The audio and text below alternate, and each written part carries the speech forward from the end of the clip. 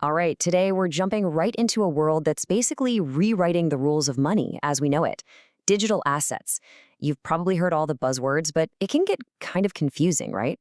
Well, if you've ever wondered what it all really means, you are in the right place. Let's get into it.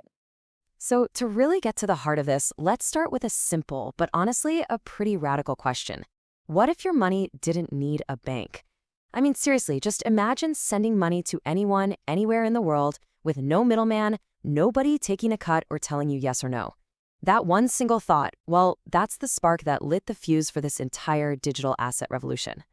Okay, but why? Why this sudden, massive push for a currency that exists completely outside of the traditional banking system we've used for centuries? Well, the answer actually lies in a moment of huge global crisis. What you're looking at here is pretty much a perfect storm. It's 2009, we're in the middle of the global financial crisis, and people's trust in the very banks meant to protect their money, well, it had hit rock bottom. And it was right in the middle of all that skepticism that the very first cryptocurrency, Bitcoin, showed up on the scene. And look, the motivation here was crystal clear. The goal wasn't just to make a new kind of money, it was to make it decentralized. So, what does that even mean? Well, think of it this way. Traditional finance is like a top-down announcement from a CEO. One person, one institution sends the message.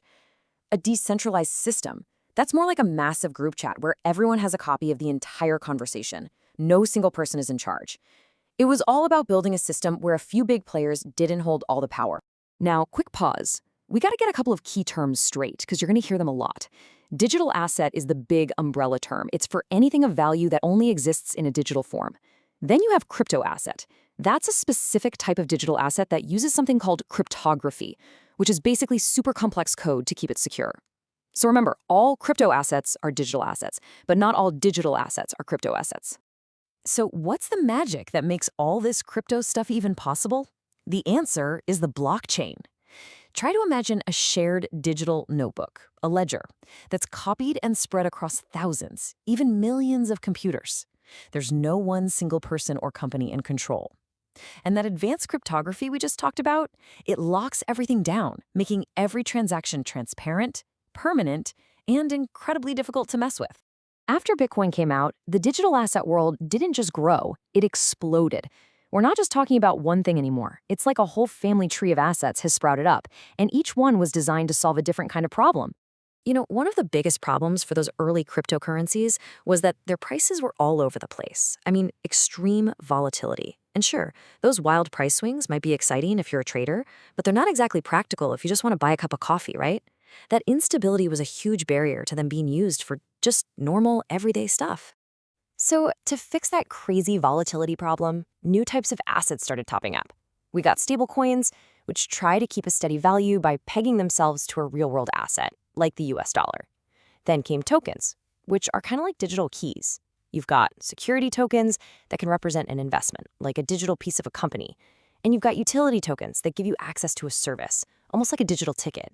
And now even central banks are getting in on the action with their own versions called CBDCs. The whole ecosystem is getting more and more diverse. So you've got this digital money, but where do you actually put it? I mean, you can't exactly stuff it under your mattress. Storing digital assets is a whole different ballgame. You've basically got two main choices here. A digital wallet is, well, it's like your regular wallet. It's online, it's easy to get to, and it's great for frequent use. But it's also more at risk from online hackers. On the other hand, you have cold storage. Think of this like your own personal safe at home. It's an offline device, way more secure from hacking, but you have the very real risk of just physically losing it or having it get destroyed. But honestly, beyond the hackers and the risk of losing a device, there is one risk that is bigger than all the others combined. It all comes down to this one little thing called your private key. This is a unique string of code that gives you, and only you, access to your assets. And listen, this is so important. This is not like forgetting your bank password. There is no forgot password button to click. There is no customer service line you can call for help. If you lose your private key, your assets are, for all practical purposes, just gone. Forever.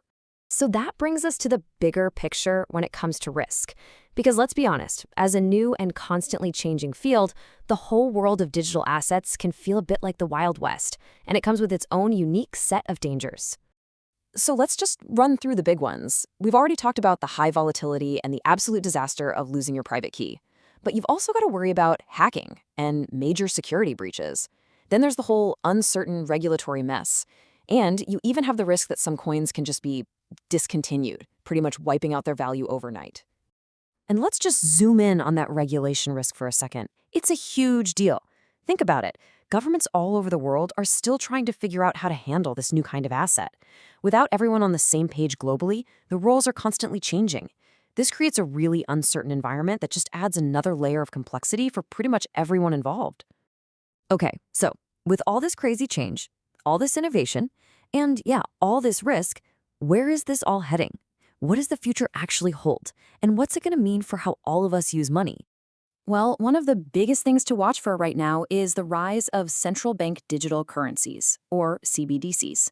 These are government-issued digital currencies that are trying to take the best of both worlds: the efficiency of crypto, promising lower costs and faster payments, with the stability and trust of traditional government-backed money. And so that leaves us with a really fascinating, kind of ironic question, right? Could the very same technology that was born out of a deep distrust of centralized banks soon be adopted by them? If that actually happens, we might be on the verge of a fundamental change in what money even is and what role it plays in our lives. Thanks for joining me on this deep dive into the new digital frontier.